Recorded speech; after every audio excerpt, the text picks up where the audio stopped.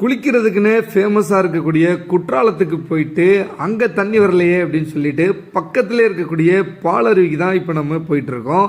இந்த பாலருவி பொறுத்த வரைக்கும் எங்கே இருக்குது அப்படின்னு பார்த்தீங்கன்னா கேரளா மாநிலம் தென்மலை அப்படிங்கிற அந்த ஏரியாவில் தான் இந்த பாலருவி அப்படிங்கிறது இருக்குது. இந்த பாலருவி நிறைய பேர் சொல்லியிருக்காங்க உண்மையிலே அல்டிமேட்டாக இருக்கும் அப்படின்னு சொல்லி. அதை நம்ம ப்ரூஃப் பண்ணுற விதமாக என்ட்ரன்ஸ்லேயே பார்த்தீங்க அப்படின்னா அந்த கார் பார்க்கிங் ஏரியாவே ரொம்பவே ஒரு அமைதியாகவும் சூப்பராகவும் இருந்துச்சு அப்படின்னு தான் சொல்லணும். இந்த லெஃப்ட் சைடு பார்த்தீங்க அப்படின்னா பர் ஹெட்டுக்கு எவ்வளோ சார்ஜ் போன்ற மற்ற டீட்டெயில்ஸ்லாம் மென்ஷன் பண்ணி ரொம்ப நீட் அண்ட் க்ளீனாகவும் இந்த ஏரியாவும் மெயின்டைன் பண்ணிட்டு இருந்தாங்க. இந்த ஃபாரஸ்ட் வேன் நிற்கிது பார்த்தீங்களா, இந்த வேனு தான் நம்மளை பாலருவிங்கிற அந்த ஃபால்ஸ் கிட்ட கூட்டிகிட்டு போகக்கூடிய இந்த வேனு. நம்ம உள்ளே வந்த உடனே டிக்கெட் எல்லாமே எடுத்துகிட்டு இந்த கியூ ஏரியாவில் வெயிட் பண்ணோம் அப்படின்னா இந்த பஸ்ஸு சீட்டு ஃபுல்லாகிற வரைக்கும் வெயிட் பண்ணி அவங்க பஸ்ஸு ஸ்டார்ட் பண்ணிடுவாங்க. இப்போ ஆல்மோஸ்ட் வண்டி ஸ்டார்ட் பண்ணி நம்ம அந்த திக் ஃபாரஸ்ட்டுக்குள்ளே ஃபாரஸ்டோடையே வண்டியிலே ட்ராவல் பண்ணிகிட்ருக்கோம். ரொம்பவே சூப்பராக இருக்குது இந்த ஏரியா பார்க்குறதுக்கு. ரெண்டு சைடுமே க்ரீனரி, சுற்றி மலைகள், அங்கங்கே ஃபால்ஸ்லேருந்து தண்ணி உடையாறக்கூடிய அந்த சத்தங்கள் இதெல்லாம் கடந்து நம்ம ஒரு காட்டுக்குள்ளே அப்படியே போயிட்டுருக்கும்போது ரொம்பவே ஒரு அல்டிமேட்டான ஒரு மனசுக்கு ஒரு இதமான ஒரு ஃபீலிங் அப்படின்னு தான் சொல்லணும். கண்டிப்பாக யாரெல்லாம் இந்த பாலருவி வரலையோ கண்டிப்பாக ஒரு தடவையாவது போய் பார்த்துருங்க. இந்த ஃபாரஸ்ட் வேன் அந்த என்ட்ரன்ஸுக்கு வந்துருச்சு பாலருவிங்கிற இடத்துக்கு. இங்கேருந்து பார்த்தீங்க அப்படின்னா ஆஃப் ரோடு தான், நம்ம ஒரு கொஞ்சம் தூரம் நடந்து போகணும். கொஞ்சம் ரோடெல்லாம் கொஞ்சம் ட்ரெக்கிங் போகிற மாதிரி தான் இருக்கும். கொஞ்சம் போகும்போது கொஞ்சம் மூச்செல்லாம் வாங்கும். எப்படி ட்ராவல் பண்ணுறோம் பாருங்கள். பாலருவிக்கு நம்ம அங்கேருந்து பஸ்ஸில் அங்கேருந்து இப்போ நம்ம நடந்து போயிட்டுருக்கோம், அருவிக்கு போயிட்டுருக்கோம். இங்கேருந்து எனக்கு ஃபால்ஸ் பார்க்கும்போது தண்ணி பயங்கரமான தண்ணியாக இருக்கும் மாதிரி தெரியுது.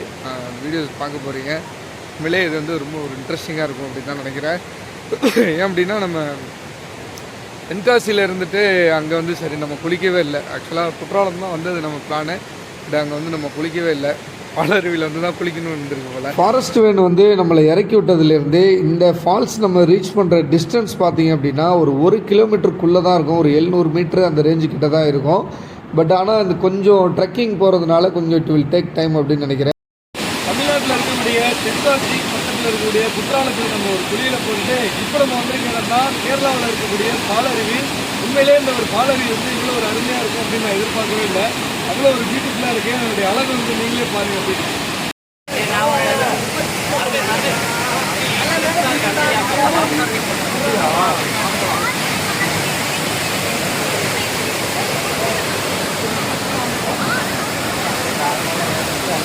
தண்ணி எவ்வளோ போட்டு வெளியே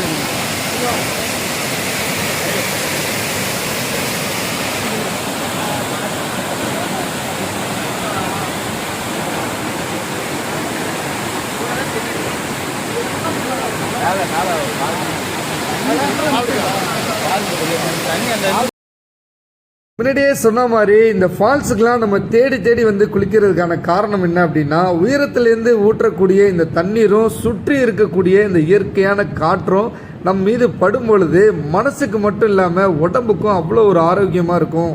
அப்படிங்கிறதுனால தான் இது போன்ற ஃபால்ஸுக்கெலாம் நம்ம தேடி தேடி குளிக்கிறோம். கண்டிப்பாக நீங்களும் உங்கள் ஃபேமிலி அண்ட் ஃப்ரெண்ட்ஸோடு குளித்து என்ஜாய் பண்ணுங்கள். பக்காவாக பாலருவியில் குளிச்சுட்டு அப்படியே நம்ம தென்காசி ரோட்டில் ட்ராவல் பண்ணிகிட்டு இருக்கும்போது தான் இங்கே ஃப்ரூட்ஸ் அண்டு வெஜிடபிள் ஷாப்ஸ்லாம் கூட இருந்தது. இவங்க அந்த ஷோ பண்ணியிருக்க விதங்கள்லாம் பார்க்கும்போதே நம்மளை நிப்பாட்டி பார்க்கணும் அப்படின்னு தோணுச்சு. மலைகளில் விளையக்கூடிய நிறைய பழங்களும் வெஜிடபிள்ஸும் நிறைய இங்கே அவங்க வச்சுருந்தாங்க. கேரளா அப்படின்னாலே நம்மளுக்கு முக்கியமான ஒரு விஷயம் இந்த நேந்திரப்பழம் சிப்ஸ் தான் நம்ம மைண்டுக்கு வரும். நெல் மூட்டையை அடுக்கி கிடக்கிற மாதிரி ரோட்டு ஓரங்களில் பார்த்தீங்கன்னா அந்த நேந்திரங்காய் தாறு தாராக போட்டிருந்தாங்க. இதை எப்படிலாம் அவங்க மேக் பண்ணுறாங்க, நேந்திரப்பழத்தினுடைய ஸ்பெஷல் பல்வேறு விஷயங்கள் அவரே சொல்வார், கேளுங்க.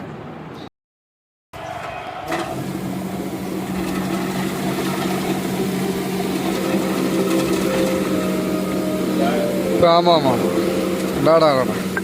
இப்போ இந்த கையில் சீவுறதுலாம் இல்லையாச்சு, அதெல்லாம் இப்போ இல்லை. இதை வாழைப்பழத்தை உள்ளே வச்சிங்க அப்படின்னா பாட்டுக்கு லீஃப் வெளியே வந்துடுறது. Very good very good. ஆ